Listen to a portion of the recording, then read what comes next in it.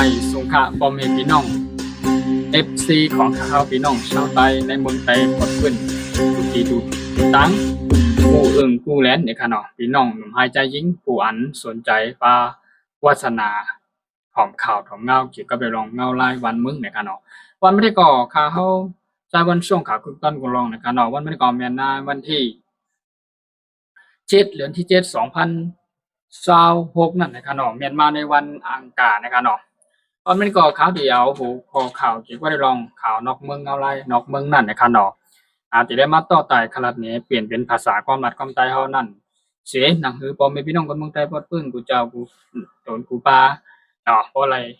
หอมข่าวเงาคือตอนยามกันนั่นนะคะเนาะวันมันก็มีหัวข้อข่าวอยู่ที่2หัวข้อนะคะเนาะ2หัวข้อข่าวนะคะเนาะเกี่ยวกับเรื่องหัวข้อข่าวข้อแรกก็ข่าวที่ไล่เอามาต่อแต่ละนี้เกี่ยวกับเรื่องตั้งเมืองอิหร่านนะครับเนาะเมืองอิหร่านในค่ะเนาะภายดังน้ำทะเลช่องแคบฮูมุสนะครับเนาะภายดังอิหร่านเนี่ยค่ะนะเกี่ยวกับเรื่องที่ช่องแคบทะเลฮูมุสที่น้ำบางหลายที่อันจับไปทางเมืองโอมานเนี่ยนะครับเนาะไล่มีคือ LNG นะครับนะเป็นเฮือที่อันขนส่งเป็นก๊าซเป็นน้ำมันนะครับเนาะเป็นก๊าซเป็นแก๊สนะครับเนาะเที่ยวก็ไล่เลียนผ่านกว่าตั้งเมืองอิหร่านและโอมานได้จับกันในผังน้ำทะเลนั่นนะครับเนาะในเส้นตั้งเนี่ยก็เป็นที่อัน เมืองอิหร่านไล่มีคอปักเบิงห้ามว่าในวงบานไหนก็ภายแหลมไล่พอกกำจัดที่เฮาไล่เรือดังข้องที่เฮาแน่ที่ผ่านกว่าไล่นะครับเนาะภายตั้ง ในน้ำบางหลายช่องแคบทะเลฮุรมุสที่อันจับเมืองอิหร่านเนี่ยไอ้ตั้งอุมานเนี่ยค่ะเนาะกำได้ภายตั้งฮื้อเนี่ยก็ไล่มีการผ่าขึ้นเนี่ยค่ะเนาะถ่อมความเสียนั่นก็ถ่อมความคอปักเปิงที่สั่งตั้งฝ่ายกองทัพอิหร่านเนี่ยก็ไล่ว่าจังเป็นกว่าไล่ในเฮ็ดไทยไล่มีดังภายอินแห้งในกองทัพนี่แหละ ตั้ง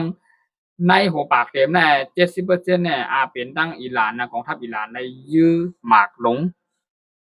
เข้าใส่นะครับเนาะได้ยื้อหมากหลงเข้าใส่ยื้อหมากน่าเป็นหมากเจ๊กไทยเนี่ยก็เนาะเป็นหมากเจ๊กไทย1ลูกนะครับเนาะยื้อเข้าใส่ในฮือลำอันแล่นตึกตีแล่นออกตีเมืองโอมานเนี่ยก็ผังเมืองโอมานได้ยังเมืองอิหร่านเส้นตั้งในภายทางอิหร่านเขาแล้วมีกำหนดและมีปักเปิงมันหมายว่ามี2เส้นตั้ง3เส้นตั้งเซตาเนี่ยก็เปิดในเส้นตั้งในพร้อมรายอาของเฮาเนี่ยก็เฮาเตให้ปานเรียนผ่านในการเอาไรมีข้อพักเปิงตกลงไว้จึงนะเหตั้งแต่มีการอูโอตกลงกันตั้งอเมริกันและอิหร่านนั่นนะครับเนาะมันเป็นปางสุกยุงเกี่ยวกับเรื่องรองภายทั้งน้ำทะเลช่องแคบฮุรมุสในเฮ็ดไฮไลท์การต่างเข้าต่างคลองต่างน้ำมันเข้าออกแล้วก็รายว่าหยาบนะครับเนาะป้ายถาดภายทั้งโอมานและภายทั้งอิหร่านภายทั้งอเมริกาแล้วก็ร่วมมือกันอยู่ยาวนะครับแต่ในข้อตกลงนั้นภายทางอเมริกานั่นแหละมาตกลงปลงใจว่าให้ยื้อลำไหลให้แดนผ่านก็ไหลตามลุยลองธรรมชาตินะครับเนาะที่มันมีการห้ามการหางในการนั้นในข้อตกลงกันได้อันยื้อเข้ากันได้อิหร่านได้ภายทางการอิหร่านนั่นแหละมาตอบโต้ไรมาลาดว่าก็เพื่อเฮือนเรียนผ่านมาแนมของความเฮาลาดว่าอย่ามีเรียนอย่ามีมาเนี่ยคัดปักเปิงคำสั่งเฮาก็เฮาเลยจำเป็นต้องจัดการในขณะเฮ็ดให้คือในลูกใหม่กว่าตั้งล้ำเนี่ยก็เป็นผู้ที่ต่างเกียรติน้ำมันต่างเกียรตินะครับเนาะเรียนผ่านทั้งโอมานและทั้งอิหร่านในอันสายนำอันผ่านกับทั้งอันที่จำกันได้ครับเนาะเรียนผ่านกันได้ก็เฮ็ดให้คือได้หลายกว่าหลายใหม่กว่านะครับเนาะกำได้มีภายทั้งอันอาจจะมีอเมริกานะโอมานทั้งหลายหมู่ US สหรัฐอเมริกาที่นั่นนั้นก็ได้มีการทางมาว่าไผเป็นคนยื้อนะครับอิหร่านเนี่ยยอมรับว่าเป็นคนยื้อนะกำได้เกี่ยวกับเรื่อง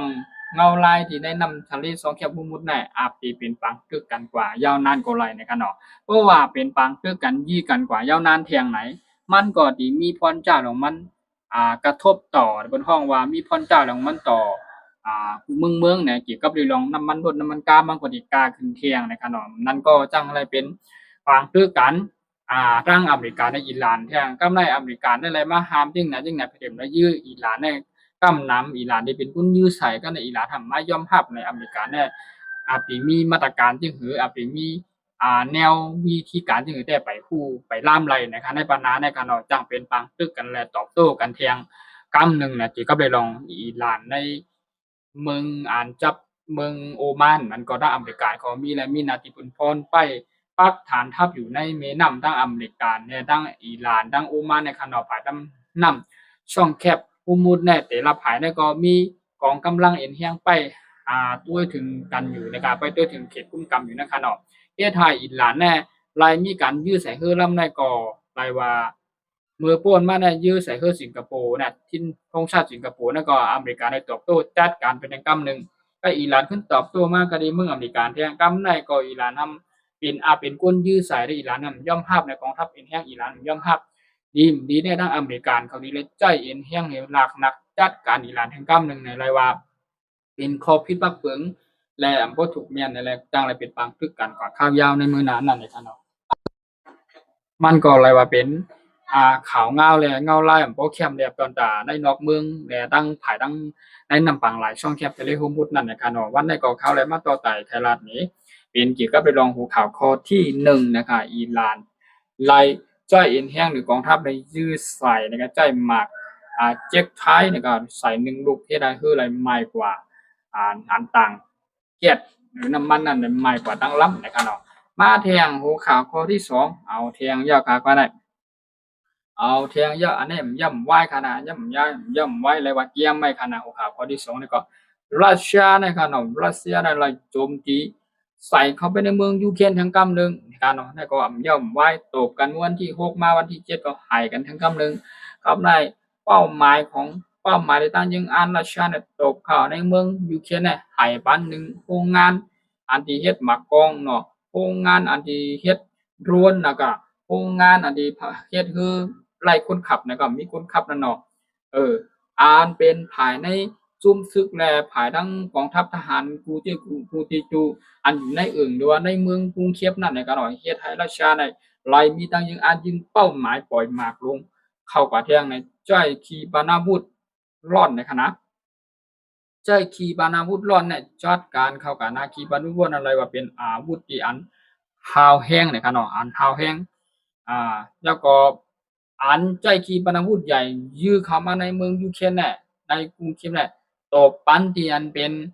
โครงการอันที่เฮ็ดขีปนาวุธอันที่เฮ็ดอาวุธในการอันที่สร้างอาวุธรุ่นใหม่ๆขีปนาวุธร้อนที่ว่าลิจุนในการที่ของเมืองกรุงเคียบเนาะเฮ็ดได้ไพ่และใหม่กว่าในเมืองแลที่อันทหารอยู่และกองทัพเป็นแห้งอยู่นั่นในการเซอร์ฮีและคิปคอปในการที่อันใหม่กว่าในการโบซิตโบซิคคาแล้วก็ซิดเซอร์ฮีแล้วก็คิดคอปในการ3-4เมืองเนี่ยย่าให้ได้มากกว่าเป็น4จุด5จุดในการภายในเมืองยูเครนในการรายว่าเป็นการโจมตีกันและว่าเป็นการยื้อกันต่อกันหาวแห้งขาไปในอาทิตย์ป่นมาในเขาตั้งแต่วันที่4มาวันที่6มาวันที่7มาได้การอะไรเป็นการตึกกันหาวแห้งในการยูเครนก็เป็นแห้งใหญ่นั้นก็